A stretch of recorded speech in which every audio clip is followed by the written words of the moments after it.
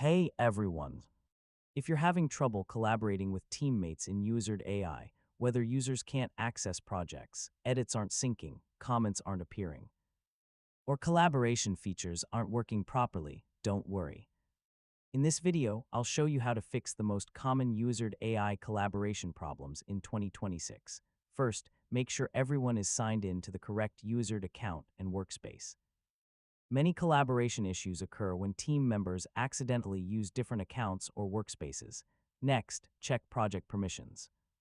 Open the sharing settings and verify that collaborators have the correct access level, whether that's viewing, commenting, or editing permissions.